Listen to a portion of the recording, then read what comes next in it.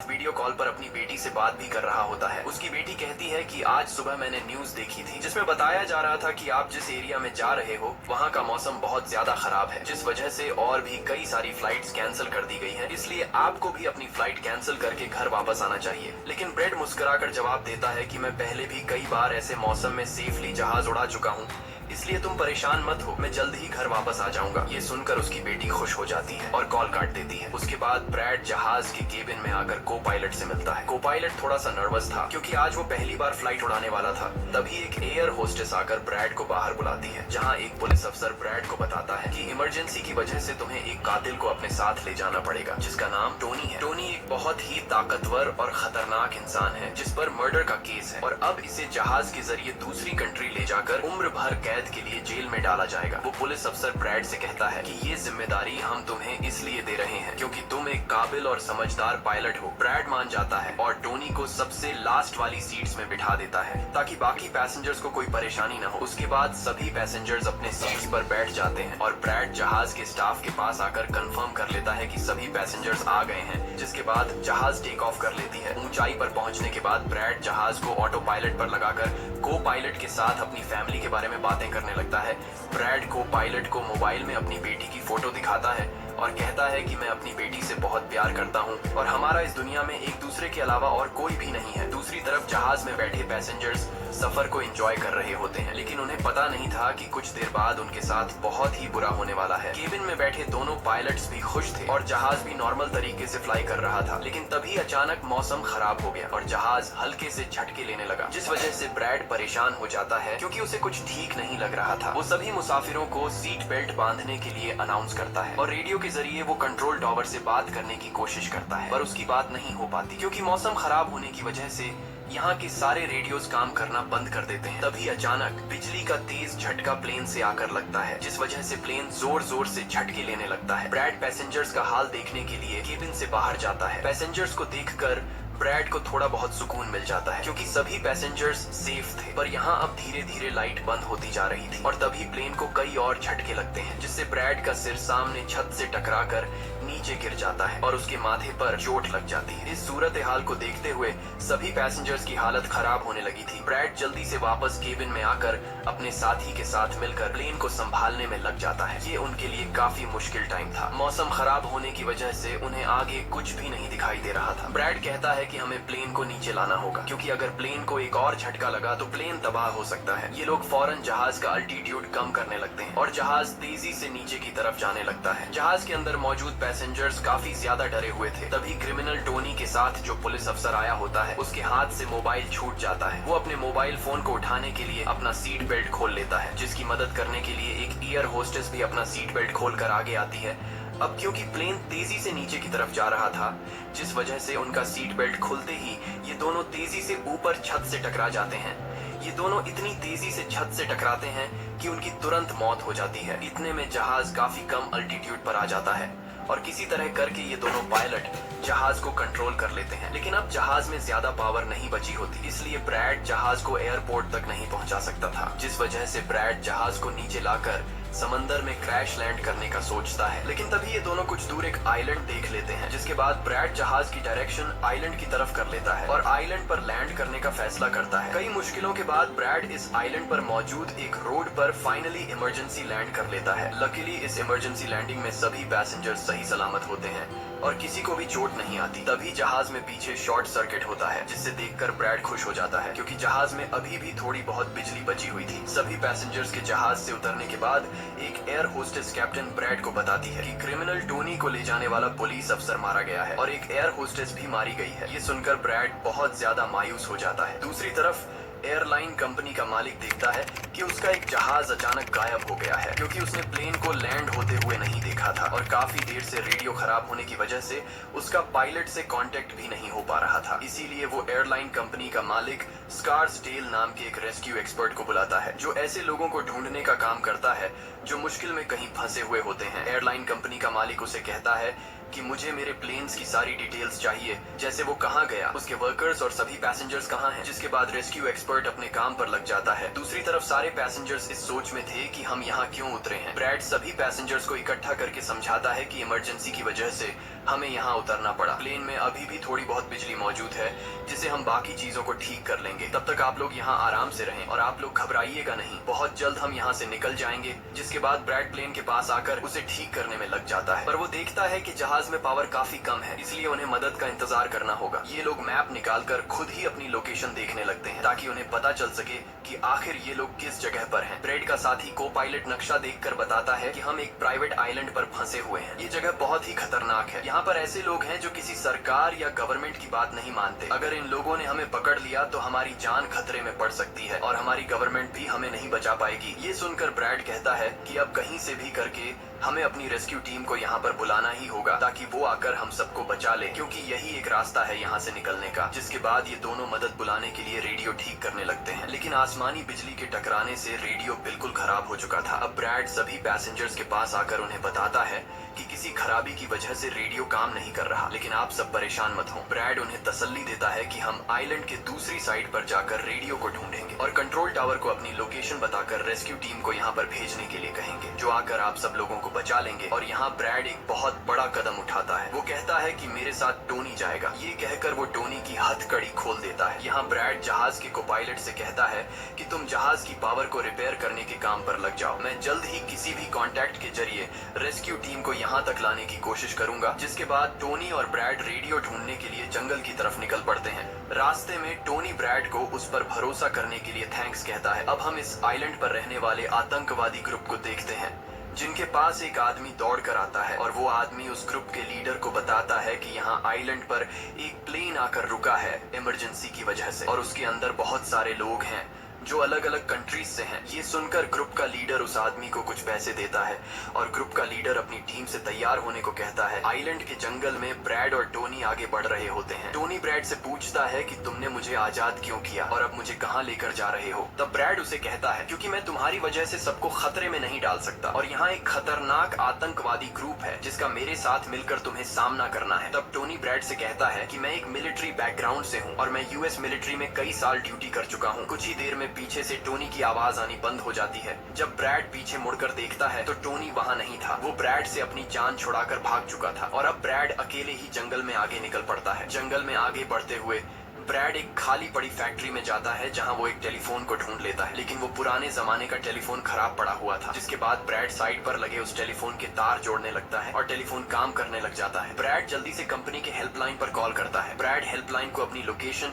और सब कुछ बता देता है, लेकिन लाइन में कोई गड़बड़ी होने की वजह से सामने वाले इंसान तक उसकी आवाज ठीक से नहीं पहुंच रही होती, जिस वजह से हेल्पलाइन वाले ब्रैड की कॉल काट लेते हैं। तब ब्रैड को एक आइडिया आता है। वो अपनी बेटी को कॉल करता है और उसे अपनी लोकेशन और बाकी सारी चीजें एक पेपर पर लिखकर उसके ऑफिस तक पहुंचाने को कहता है। तभी बातचीत के दौरान पीछे से एक आदमी आकर ब्रैड पर हमला कर देता है, लेकिन ब्रैड उसे काफी मुश्किल से काबू कर लेता है और उस आदमी को मार मार कर बेहोश कर देता है। तभी ब्रैड को महसूस होता है कि एक और आदमी इस कमरे में आ रहा है, इसीलिए जल्दी से वो छिप जाता है। पर वो आदमी कोई और नहीं बल्कि टोनी था, जिसने बहुत सारे गुंडों को मारकर उनके हथियार ले लिए थे और वो ब्रैड को आवाज देता है कि डरो मत, बाहर निकलो। फिर जब ब्रैड सामने आता है तो टोनी ब्रैड को एक बंदूक पकड़ा देता है उसकी हिफाजत के लिए। उसके बाद ये दोनों जब फैक्ट्री के नीचे वाले फ्लोर में आते हैं तो यहाँ उन्हें एक कैमरा मिलता है, कैमरा की रिकॉर्डिंग और वहाँ पड़े पासपोर्ट से इन्हें पता चलता है कि इस आइलैंड पर रहने वाले आतंकवादी लोगों को किडनैप करके उनकी फैमिली से काफी बड़ी रकम की डिमांड करते हैं और जब किडनैप किए हुए बंदे की फैमिली की तरफ से उन्हें पैसे मिल भी जाते हैं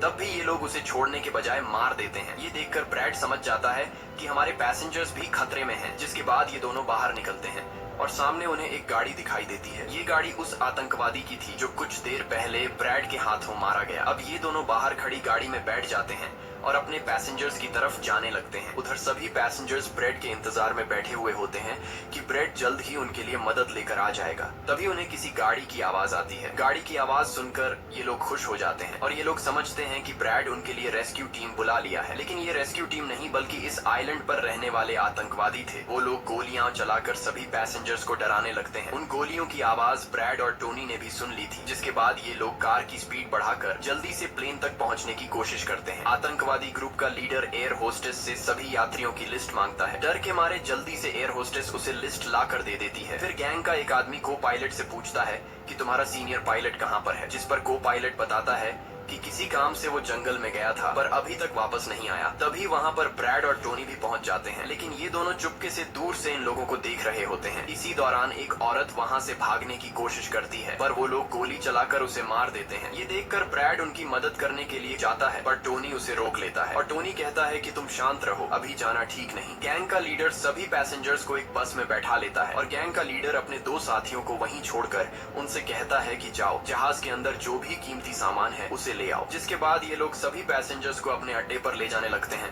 गैंग के जाने के बाद ब्रेड टोनी पर गुस्सा करने लगता है कि वो लोग हमारे पैसेंजर्स को ले गए और तुमने मुझे जाने ही नहीं दिया। जिस पर टोनी उसे समझाता है कि वो लोग काफी ज्यादा थे, अगर तुम चले भी जाते तो इतनी बड़ी आर्मी से अकेले नहीं लड़ पाते। अब ये दोनों प्लेन की तरफ बढ़ने लगते हैं और उन दोनों गुंडों को पकड़ लेते हैं जो प्लेन से कीमती सामान चुरा रहे थे। ब्रेड गन पॉइंट पर उनसे पूछता है कि तुम्हारा लीडर पैसेंजर्स को कहां पर लेकर गया होगा, जिस पर वो बताता है कि यहाँ से कुछ दूर हमारा एक अड्डा है और वो सब वहीं गए होंगे। दूसरी तरफ ब्रेड की बेटी रेस्क्यू एक्सपर्ट के पास ब्रेड का लिखवाया हुआ पेपर दे देती है जिस पर प्लेन का लोकेशन और सारी जानकारी लिखी गई होती है। रेस्क्यू एक्सपर्ट सैटेलाइट की मदद से प्लेन की लोकेशन का पता लगा लेता है। उन्हें पता चल जाता है कि प्लेन एक आइलैंड पर फंसा हुआ है और उन्हें ये भी पता चल जाता है कि इस आइलैंड पर एक खतरनाक आतंकवादी ग्रुप है। इसके बाद वो रेस्क्यू ऑफिसर अपनी एक प्राइवेट आर्मी के कैप्टन को कॉल करता है और उसे ये सारी सिचुएशन समझाकर उस आइलैंड पर जाने को कहता है। प्राइवेट आर्मी का कैप्टन मान जाता है और अपने साथियों के साथ एक पैसों का भरा हुआ बैग और कई सारे वेपन्स के बैग गाड़ी में लोड करके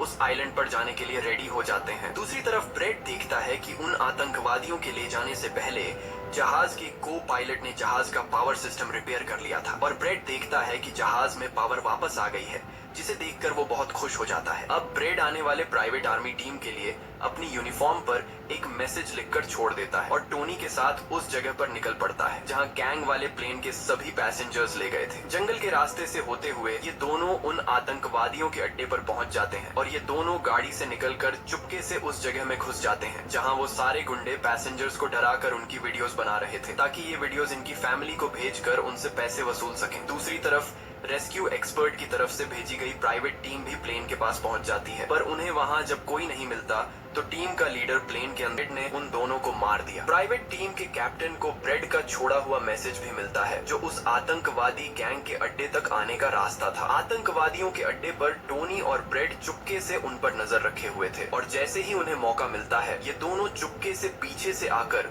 2 आतंकवादियों को मार देते हैं। फिर ये दोनों चुपके से आगे बढ़ते हैं और एक कमरे के बाहर जा पहुंचते हैं। इस कमरे के अंदर सभी पैसेंजर्स को कैद करके रखा गया था। अब ब्रेड इन लोगों को छुड़ाना तो चाहता था पर वहाँ बहुत सारे गार्ड्स पहरा दे रहे थे और ब्रेड के पास दरवाजे का ताला खोलने की चाबी भी नहीं थी। इसके बाद ये दोनों एक एक करके उन गार्ड्स को मार गिराते हैं और टोनी तो हथौड़ा उठाकर कई सारे गार्ड्स को हथौड़े से मार देता है। यहाँ ब्रेड एक गार्ड से चाबी लेकर उन पैसेंजर्स को कमरे से आजाद कर देता है। वो उनसे कहता है कि जल्दी से उसी बस में बैठ जाओ जिसमें तुम सबको आतंकवादियों ने यहाँ लाया था और वो सभी जल्दी से उस बस में जाकर बैठ जाते हैं। तभी टोनी ब्रेड के पास आकर बताता है कि यहाँ से गाड़ी के जरिए बाहर निकलने का सिर्फ एक ही रास्ता है, मगर वहाँ कई सारे गुंडे बंदूक लिए खड़े हैं जो हमें देखते ही हम पर गोलियां बरसाना शुरू कर देंगे। जब ब्रेड पैसेंजर्स की तरफ देखता है तो वो सभी बहुत ज्यादा डरे हुए होते हैं। अब यहाँ ब्रेड अपनी जान को खतरे में डालते हुए एक फैसला करता है और टोनी से कहता है कि मैं वहाँ पर मौजूद सभी आतंकवादियों का ध्यान भटकाऊंगा और तुम मौके का फायदा उठाते हुए सभी पैसेंजर्स को यहाँ से ले जाना। अब पहले तो टोनी ब्रेड को ऐसा करने से मना करता है। वो कहता है कि ऐसा करने से वो लोग तुम्हें मार देंगे, लेकिन ब्रेड कहता है कि इसके अलावा हमारे पास और कोई दूसरा रास्ता नहीं है। ये सुनकर टोनी मान जाता है। ब्रेड वहाँ से निकलकर आतंकवादियों के पास आता है। वहाँ ब्रेड गैंग के लीडर से बात करता है कि मैंने हेल्प के लिए इन्फॉर्म कर दिया है, जल्द ही यहाँ पर रेस्क्यू टीम आ जाएगी, इसलिए सभी पैसेंजर्स को यहाँ से जाने दो। ये सुनकर सभी गैंग वाले ब्रेड पर हंस पड़ते हैं और ब्रेड को पीटने लग जाते हैं। गैंग का हेड कहता है कि ऐसे कैसे छोड़ दूं, पैसों के बिना मैं किसी को नहीं छोड़ता। और अब जैसे ही ये लोग ब्रेड को मारने वाले होते हैं तभी वहाँ पर प्राइवेट रेस्क्यू टीम पहुंचकर आतंकवादियों पर हमला कर देती है और काफी देर तक गोलीबारी करने के बाद गैंग के कई सारे लोगों को मारकर वो ब्रेड को छुड़ा लेते हैं और ब्रेड को बस में उठाकर यहाँ से निकल जाते हैं। यहाँ गैंग का लीडर देखता है कि उसके कई सारे साथियों के साथ उसका छोटा भाई भी मारा गया। ये देखकर वो बहुत ज्यादा गुस्सा हो जाता है और कसम उठाकर कहता है कि वो इन लोगों में से एक को भी नहीं छोड़ेगा और सभी को चुन चुन कर मारेगा। इसके बाद वो अपनी टीम से कहता है कि जल्दी से तैयारी कर लो, हम जल्द ही इन लोगों को मारने के लिए निकलेंगे। बस में प्राइवेट टीम का कैप्टन सभी को बताता है कि हम बस 5 लोगों की छोटी सी एक प्राइवेट टीम है जो बस तुम्हें यहाँ बचाने के मिशन पर आए हैं और हम कोई रेस्क्यू टीम नहीं है। रेस्क्यू टीम को यहाँ आने में कुछ टाइम और लगेगा। ये सुनकर ब्रेड घबरा जाता है और कहता है कि हमारे पास टाइम नहीं है क्योंकि गैंग वाले जल्द ही हमारे पीछे आएंगे और हमें देखते ही मार डालेंगे। पर मेरे पास एक आइडिया है। जहाज के पास पहुंचते ही ब्रेड सभी पैसेंजर्स से कहता है कि जहाज में पावर वापस आ चुकी है, यानी अब जहाज स्टार्ट हो जाएगा और हम लोग फौरन यहाँ से निकल जाएंगे। इसलिए आप सब लोग जल्दी से जहाज में बैठ जाओ क्योंकि हम रेस्क्यू टीम का इंतजार नहीं कर सकते। उन्हें यहाँ आने में वक्त लगेगा और अगर हम यहाँ रुके तो उन आतंकवादियों के हाथों मारे जाएंगे। ये सुनकर सारे लोग प्लेन में बैठ जाते हैं जबकि ब्रेड प्लेन की तमाम चेकिंग करने में लग जाता है और प्राइवेट टीम के लोग पहले से आने वाले खतरे के लिए तैयार बैठ जाते हैं। तभी अचानक वो आतंकवादी ग्रुप आकर उन पर हमला कर देता है, जिन्हें देखकर प्राइवेट टीम उन्हें रोकने में लग जाती है और यहाँ दोनों तरफ से काफी गोलीबारी होती है। पर इस प्राइवेट टीम के पास काफी अच्छी गन्स थी जिस वजह से वो बहुत सारे गुंडों को मार देते हैं। ब्रेड जल्दी से प्राइवेट टीम के लीडर को बताता है कि मैं अगले 5 मिनट बाद जहाज को स्टार्ट करने वाला हूँ और तुम सब भी जल्दी से जहाज में चढ़ जाना। इसके बाद ब्रेड टोनी के पास जाता है और उसका शुक्रिया अदा करता है कि तुमने मेरे इतने मुश्किल वक्त में साथ दिया। ब्रेड खुद को गोलियों से बचाते हुए अंदर जहाज में आकर अपने केबिन में बैठ जाता है और अपने साथी को पायलट के साथ मिलकर प्लेन को स्टार्ट करने में लग जाता है। उधर टोनी के पास गोलियां खत्म हो जाती हैं और जब वो बुलेट्स ढूंढने के लिए प्राइवेट टीम का बैग चेक करता है तो उसे वहां पैसों से भरा हुआ एक बैग मिलता है। लेकिन इस वक्त टोनी पैसों को छोड़कर दूसरी बैग से गोलियां निकालकर दोबारा आतंकवादियों से लड़ने लगता है। यहाँ तब तक ब्रेड भी प्लेन को राइट साइड पर घुमा देता है। अब प्राइवेट टीम के सोल्जर्स भी एक एक करके जहाज में चढ़ने लगते हैं और टोनी उन्हें कवर फायर देता है। पावर आने की वजह से रेडियो भी काम करने लग जाता है। अब ब्रेड को प्लेन कंपनी का मालिक बताता है कि मैं तुम्हें कोई सुरक्षित जगह बता दूंगा जहाँ तुम जा सकते हो। अब सभी लोग जहाज में चढ़ जाते हैं पर टोनी नहीं चढ़ता। वो पैसों से भरा बैग लेकर वहाँ से भागने लगता है क्योंकि अगर वो इनके साथ प्लेन में वापस गया तो पुलिस वाले उसे फिर से पकड़कर जेल में डाल देंगे। गैंग का लीडर अपने साथियों को मरता हुआ देखकर गुस्से से पागल हो जाता है। वो प्लेन के सामने रॉकेट लॉन्चर लाकर उन्हें एक ही झटके में उड़ाने का सोचता है, लेकिन सही टाइम पर टोनी उसे देख लेता है। अब टोनी जल्दी से बंदूक उठाकर उसे शूट करके मार देता है और सभी लोगों की जान बचा लेता है। ये देखकर ब्रेड टोनी के इस काम से बहुत खुश हो जाता है और ब्रेड अपनी पूरी ताकत लगाकर प्लेन उड़ाने में कामयाब हो ही जाता है। ये देखकर टोनी सभी पैसेंजर्स और ब्रेड के लिए खुश होता है और पैसों का भरा हुआ बैग लेकर जंगल की तरफ भाग जाता है। ब्रेड जहाज को इस आइलैंड से दूर ले जाता है और जहाज का मालिक उसे एक एयरपोर्ट के बारे में बताता है जहां ये लोग जा सकते थे, जो अब इनके काफी करीब था। ब्रेड एयरलाइन कंपनी के मालिक की बताई हुई जगह की तरफ जहाज को ले जाता है, लेकिन तभी एक बार फिर जहाज के इंजन में आग लग जाती है और जहाज तबाह होने लगता है। इसलिए ब्रेड दोबारा से इमरजेंसी वार्निंग ऑन करता है और धीरे धीरे जहाज को नीचे रनवे पर लाने की कोशिश करता है। फाइनली बड़ी मुश्किल के बाद ब्रेड जहाज को रनवे पर उतार देता है और सब लोगों की जान बच जाती है। ब्रेड और उसका साथी को पायलट काफी खुश हो जाते हैं। उधर प्लेन कंपनी का मालिक और उसकी टीम भी बेहद खुश थी। अब ब्रेड पैसेंजर्स का हाल देखने के लिए पीछे जाता है तो वो देखता है कि सभी पैसेंजर्स सेफ हैं और ये देखकर उसके दिल को सुकून मिल जाता है। वहाँ खड़े सभी पैसेंजर्स ब्रेड के लिए तालियां बजाने लगते हैं और ब्रेड का शुक्रिया अदा करते हैं। कुछ ही देर में वहाँ उनके लिए